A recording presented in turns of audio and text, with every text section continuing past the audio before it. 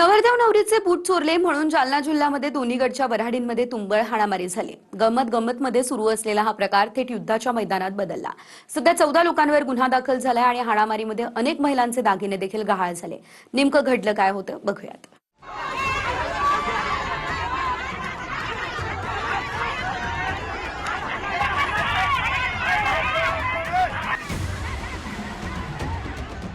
लग्नात नवरदेव आणि नवरीचे बूट लपवण्यावरनं वधूवर पक्षात तुंबळ असं युद्ध रंगलं।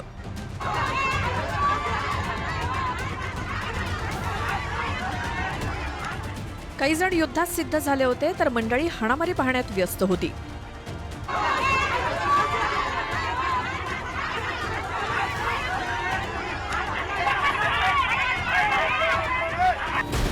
जालन्यातल्या अंबड तालुक्यातील नांदी गावात हा प्रकार घडला।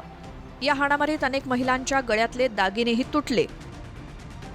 सारं काही सुरळीत सुरू असताना नवरीकडच्या लोकांनी नवरदेवाचा बूट लपवला।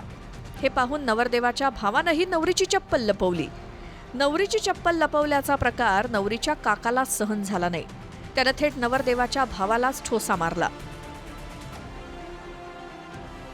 त्यानंतर मात्र ज्या लग्न सोहळ्यात दोन कुटुंब एका नात्यात बांधले जाणार होती तेच युद्धाच्या मैदानात एकमेकांचे वैरी बनले।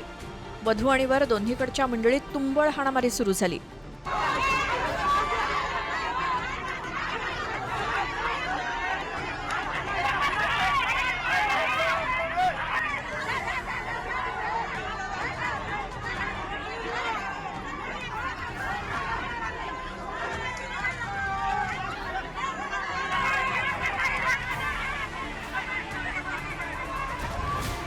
हे पाहून नवरदेवानं हस्तक्षेपाचा प्रयत्न केला, मात्र वराडी ऐकण्याच्या मनस्थितीत नव्हते।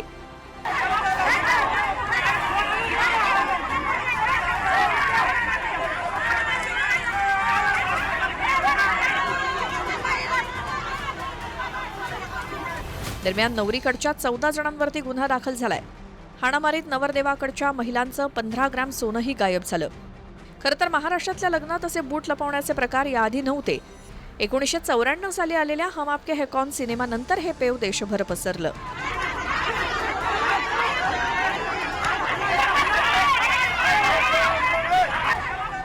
एकतर आधीच लग्नांची मारामार झाली आहे, लग्नासाठी पोरी मिळत नाहीत आणि ज्यांची लग्न होत आहेत त्यांच्या लग्नात हे असले प्रकार सुरू आहेत।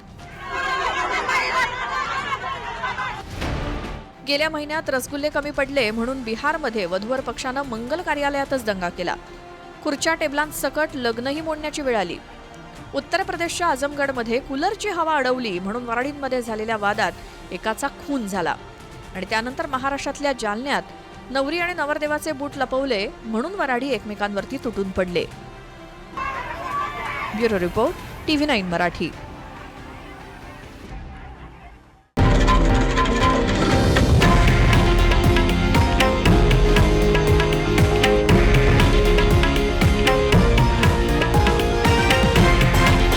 हे आहे देशातील नंबर 1 न्यूज नेटवर्क आणि आपण पाहत आहात TV9 मराठी, एकमेव।